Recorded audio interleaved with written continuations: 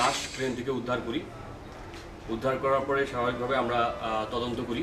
তদন্ত প্রক্রিয়া আমরা বিভিন্নভাবে আমরা ম্যানুয়ালি এবং ডিজিটালি সবভাবে আমরা তদন্ত জিজ্ঞাসাবাদ সহ বিভিন্নভাবে তদন্ত করা শুরু করি। আমরা ইনিশিয়ালি এটাকে কোনো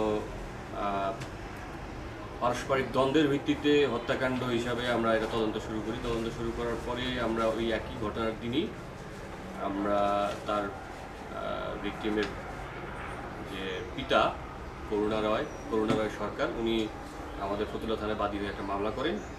তো তদন্তের প্রেক্ষিতে আমরা ভিডিও ফুটেজ এবং তার জনি সরকার যে ডিসিস্ট তার বন্ধু বান্ধবীদের সবাইকে জিজ্ঞাসাবাদ করতে করতে আমরা একটা সময় কিছু ভিডিও ফুটেজ পাই যেগুলো সন্দেহজনক, যেটা ওই যেখানে আমরা ভিকটিমকে পেয়েছি সেটার আশেপাশে এলাকার ভিডিও ফুটেজ থেকে আমরা দেখতে পাই যে একজন মধ্যবয়স্ক লোক, একটু ঝাপসা ভিডিও ফুটেজ, সেখানে মধ্যবয়স্ক লোক মাথায় করে একটা বস্তা নিয়ে যাচ্ছে।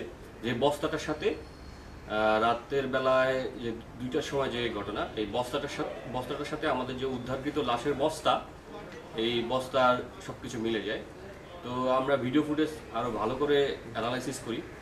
অ্যানালাইসিস করতে করতে একটা সময় আমাদের সন্দেহ হয় যে এই ঘটনায় যে লাশটা মাথায় করে ক্যারি করে ডাম্পিং করার জন্য নিয়ে গেছে, সেটা তার বাবার সাথে, ভিকটিমের বাবার চেহারার সাথে আকার আকৃতি চলাফেরা এগুলোর সাথে মিলে যায়। তো পরবর্তীতে আমরা তার ভিকটিমের বাবা এবং মা দুজনকে আমরা নিয়ে এসে জিজ্ঞাসাবাদ করি। জিজ্ঞাসাবাদ করার একটা স্টেজে তারা ইমোশনাল হয়ে তাদের ঘটনাটা স্বীকার করে যে তার ছেলে জনি সরকার, সে দীর্ঘদিন ধরে মাদকাসক্ত ছিল এবং বখাটে স্বভাবের ছিল। পাশাপাশি সে কোনো কাজ করতো না। তার এই বাবা যে হচ্ছে সিকিউরিটি গার্ডের কাজ করে উসমানী ক্রিকেট স্টেডিয়ামে, এবং মা হাউসওয়াইফ আনিতা সরকার, তাদের উপর রেগুলার সে নেশার টাকা পয়সার জন্য অত্যাচার করত। সেটা দীর্ঘদিন ধরে করে আসছিল, অত্যাচারে অতিষ্ঠ ছিল। তো সর্বশেষ আমাদের ঘটনা যে রাতে ঘটেছে 16 তারিখ সোমবার রাতে, সেদিনেও একই ঘটনা ঘটিয়েছিল।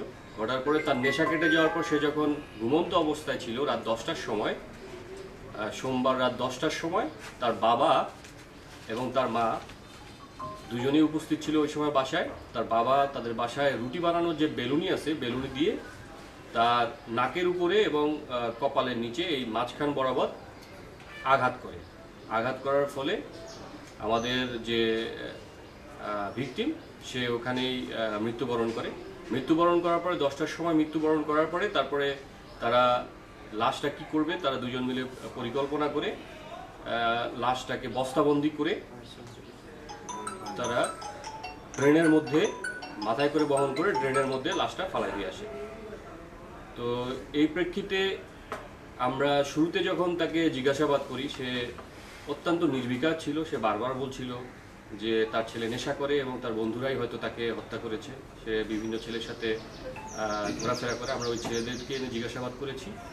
তো জিজ্ঞাসাবাদ করার পরে আমরা তাদেরকে তাদের গার্ডিয়ানের কাছে আমরা ছেড়ে দিয়েছি। তো এই অবস্থায় আমাদের প্রথমে মামলাটা হয়েছিল যে ভিকটিমের বাবা নিজেই বাদী হয়ে মামলা করেছিল। এখন সে মামলাটার আসামি সেই হয়ে যাচ্ছে। এখন আমরা নতুন করে মামলা রুজু করে তাকে আসামি হিসাবে দেখিয়ে আমরা নতুন মামলা রুজু করে তাকে আমরা গ্রেপ্তার করে